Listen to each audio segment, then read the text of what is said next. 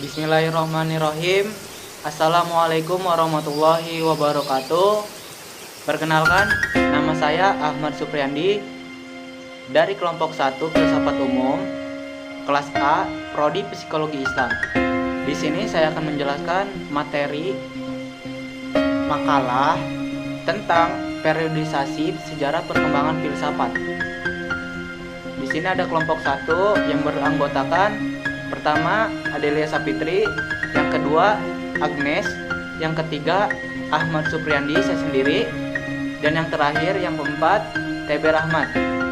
Langsung saja masuk ke dalam materinya tentang sejarah filsafat. Sejarah filsafat mengajar jawaban-jawaban yang diberikan oleh pemikir-pemikir besar, tema-tema yang dianggap paling penting dalam periode-periode tertentu, dan aliran-aliran yang besar yang menguasai pemikiran selama suatu zaman atau disebut bagian tertentu. Cara berpikir tentang manusia, tentang asal dan tujuan, tentang hidup dan kematian, tentang kebebasan dan cinta, tentang yang baik dan yang jahat, tentang materi dan jiwa, alam, dan sejarah. Sejarah filsafat dunia merupakan suatu sumber pengetahuan, pengalaman, hikmat, dan iman yang luar biasa. Sejarah filsafat merupakan suatu cermin manusia. Pertanyaan-pertanyaan dan ide-ide manusia sekarang ditemukan kembali di sini dalam suatu perspektif. Berikut pembagian filsafat secara sistematis yang didasarkan pada sistematika yang berlaku di dalam kurikulum akademis. Yang pertama, metafisika atau filsafat tentang hal yang ada. Yang kedua, epistemologi atau teori pengetahuan. Yang ketiga, metodologi, teori tentang metode. Yang keempat, logika, teori tentang penyimpulan. Yang kelima, etika atau filsafat tentang pertimbangan nilai. Yang keenam, estetika, filsafat tentang keindahan.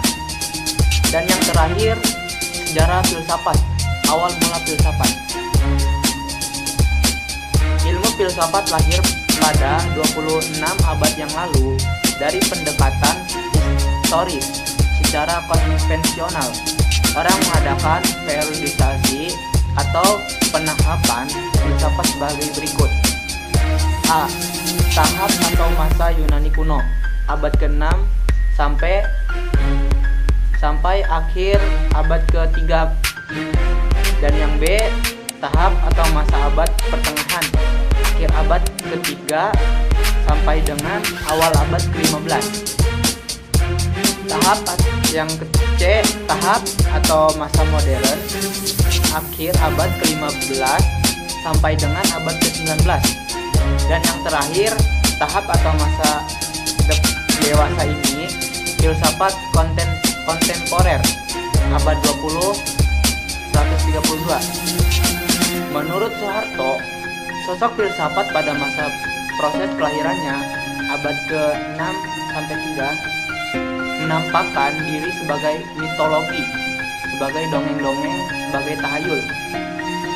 Lalu masuk ke materi kedua tentang macam-macam sejarah perkembangan filsafat. Dalam sejarah perkembangan secara garis besar, perkembangan filsafat terjadi di India, di Cina, dan di Barat.